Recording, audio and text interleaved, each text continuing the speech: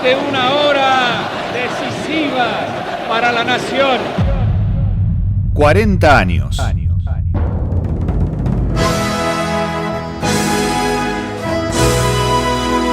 Más y mejor democracia. Mejor democracia. Y entonces, desde luego, democracia con la que se vota, pero también democracia con la que se come, con la que se cura y con la que se educa. Que la democracia significa levantar a todos los ciudadanos a una distribución equitativa de la riqueza social. Democracia siempre. 40 años. Quiero utilizar una frase que no me pertenece, porque pertenece ya a todo el pueblo argentino. Señores jueces, nunca más. Más y mejor democracia. Mejor democracia. Hicimos algo maravilloso que creo que es lo que nos permitió seguir luchando hasta ahora. Nos dimos las manos. Nunca más los crímenes, las dictaduras contra los pueblos. Los pueblos son los dueños de su propio destino. 40 años. Yo creo que dejamos un granito de arena en esta democracia que esperemos que sea la democracia para siempre, siempre, siempre. Celebro muchísimo el estar en democracia. Esta democracia, como todas, tiene muchísimos defectos, muchos dolores, pero podemos decirlo. Creo que eso ya es pasar del jardín a una etapa bastante superior. Leticia, ¿cuántos años tenías tú cuando se llevaron a tus papás? Yo tenía 3 años. ¿Y te acuerdas de cómo fue? Sí.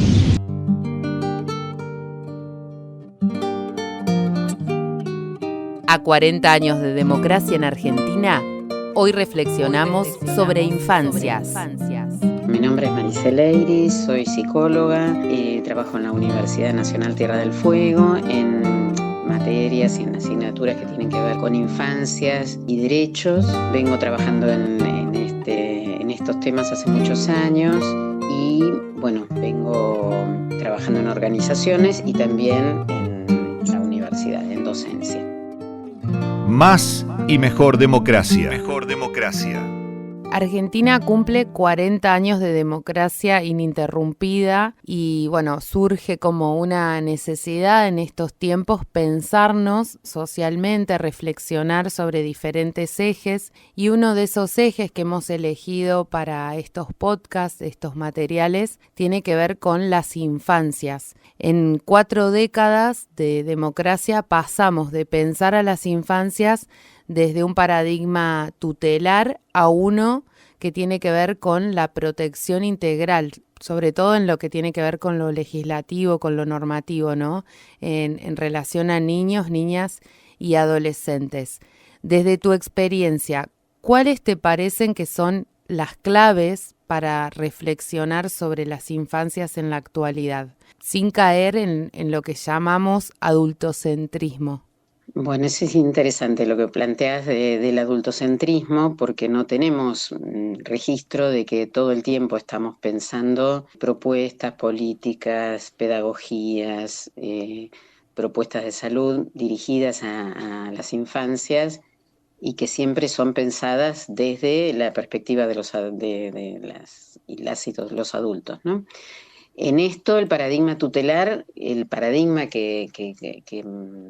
el que fuimos nosotros subjetivados en principios del siglo XX y principios del siglo XXI, también hace dificultoso que nosotros podamos pararnos en otra posición y poder ir lentamente transformando esta mirada en una mirada no ya tutelar, sino de una perspectiva de derechos, donde el otro, la otra persona tiene derecho a poner su palabra, a posicionar cuál es su perspectiva, a ser escuchada, y en este sentido las niñez siempre han sido objetos de tutela, de cuidado, pero desde un modo de cuidado en el que se los escuchó poco.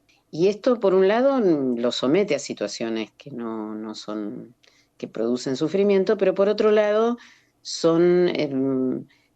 perdemos posibilidad de encontrar estrategias mucho más apropiadas, mucho más adecuadas, respetuosas de de la otra persona, que son las claves que nos dan las niñas cuando hablamos y los escuchamos, ¿no? En esto las instituciones son muy resistentes, algunas más tradicionales y más conservadoras, y bueno, es importante en función del marco legal y normativo que ha sido sancionado en los últimos, sobre todo 20 años, ¿no? A partir de la Convención Internacional de los Derechos del Niño. También en Tierra del Fuego fue una de las primeras provincias que sacó su ley de protección de derechos de niños y niñas. Además fue una cantidad de leyes sancionadas que reconocen sufrimientos, padecimientos, situaciones de vulnerabilidad, no solo de niñas, sino también de mujeres y de grupos y de disidencias, ¿no? Y esto genera como con otras condiciones y obliga al Estado, a la justicia, a escuchar a las niñas para intervenir en alguna política pública, en alguna estrategia para la convivencia escolar, social, en general, ¿no? La ley de protección de derechos de niños y niñas, la ley de identidad de género, la ley de educación sexual integral, que es importantísima, la eliminación de la violencia contra las mujeres. Bueno, hay una cantidad de los cambios en el Código Procesal Penal respecto del abuso, los cambios en el Código Civil. Se generan condiciones, no es una certeza de la garantía con que existan las leyes, pero sí nos obliga a docentes, a médicos, a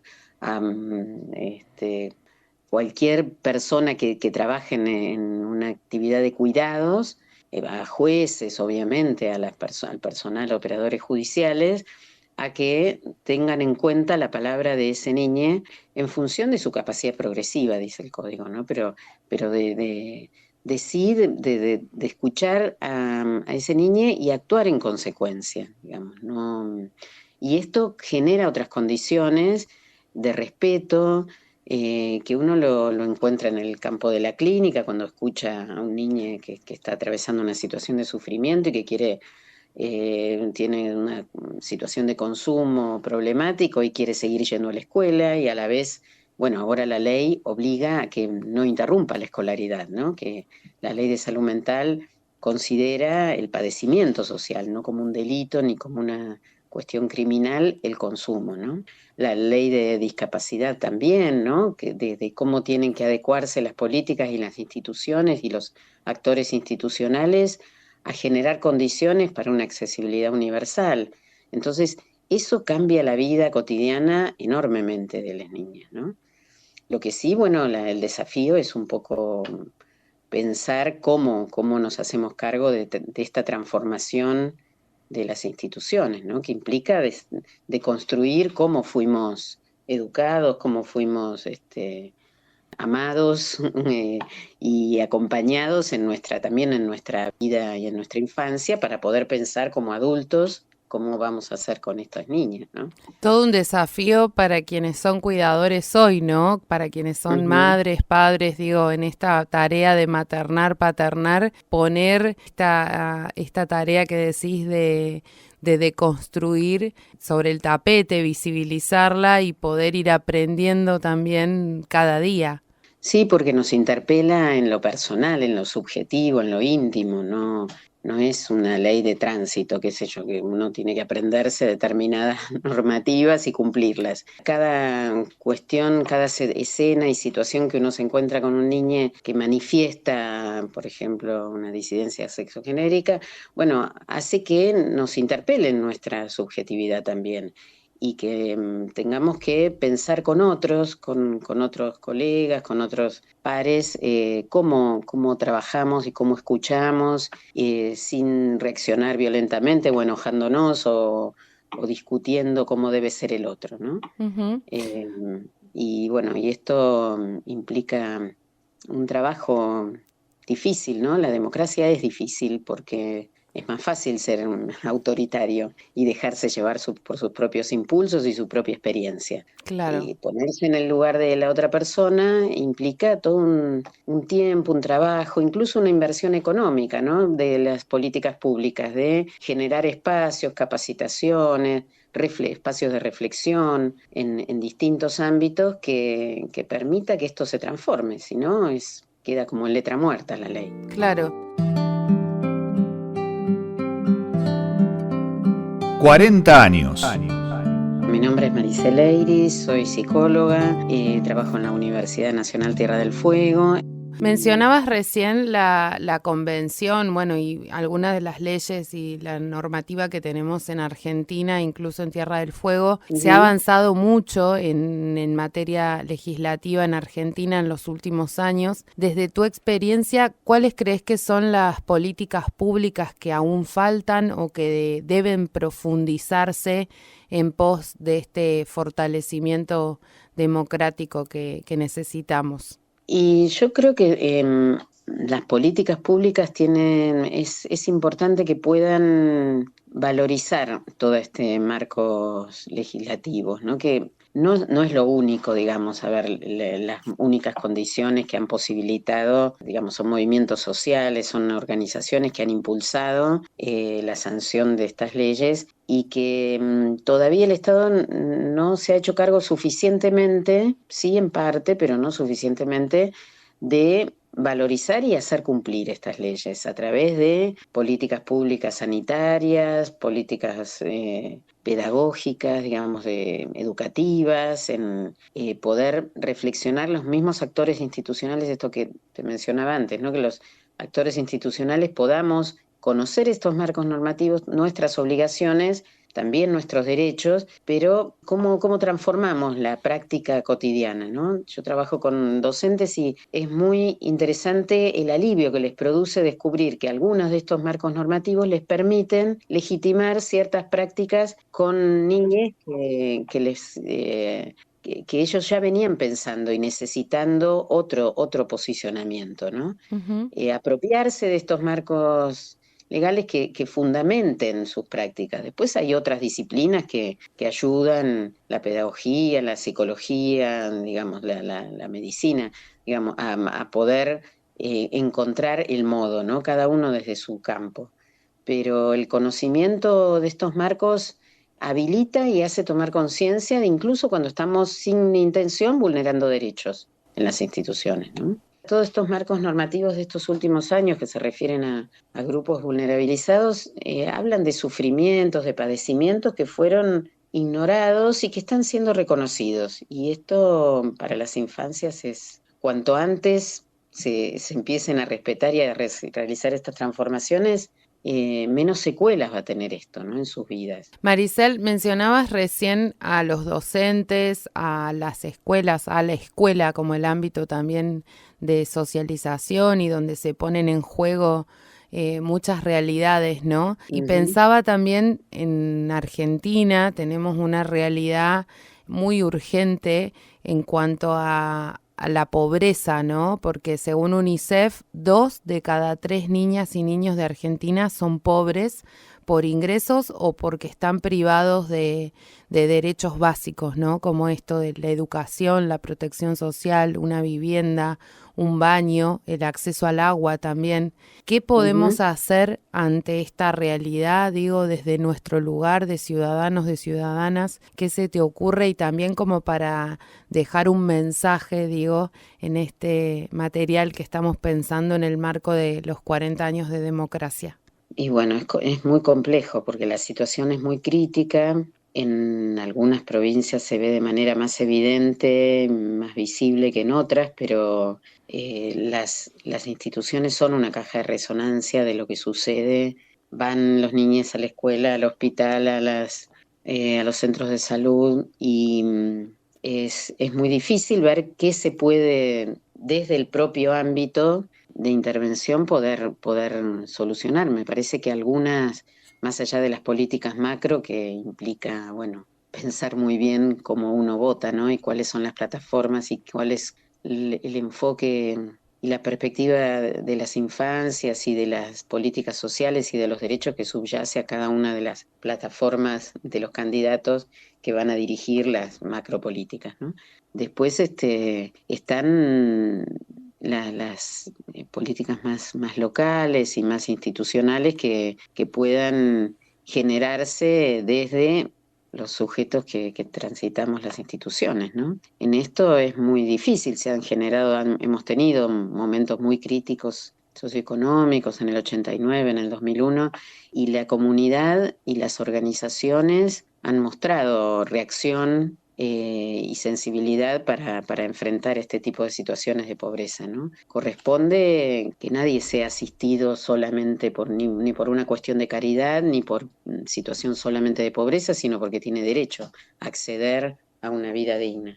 Pero mientras tanto y en ese proceso es necesario que podamos generar e inventar modos de acompañamiento, aunque sean transitorios, para apoyar a las familias, ¿no? Que a veces generan situaciones muy críticas, aparecen situaciones de violencia por la situación también de tensión ante la pobreza.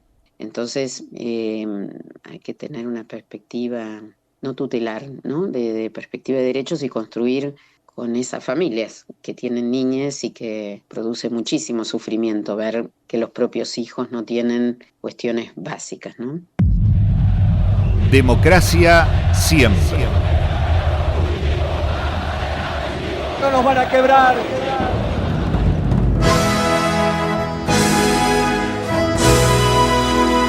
¡40 años! La AMIA fue un atentado contra la República Argentina y contra los argentinos. Que la historia me juzgue. Mi voto no es positivo. Más y mejor democracia. Mejor democracia. Dejar todo para lograr un país más equitativo. Locución, Fernando Tropea. Yo creo que dejamos un granito de arena en esta democracia que esperemos que sea la democracia para siempre. Operación técnica, José Fuensalida, Noelia Mangín y Maxi González. Vengo a pedir perdón del Estado Nacional por la vergüenza de haber callado durante 20 años de democracia. Edición, Noelia Mangín y Maxi González. Señores jueces, nunca más. Entrevistas, Florencia Basso. Coordinación, Martín Mancieri y Elizabeth Furlano. Democracia siempre.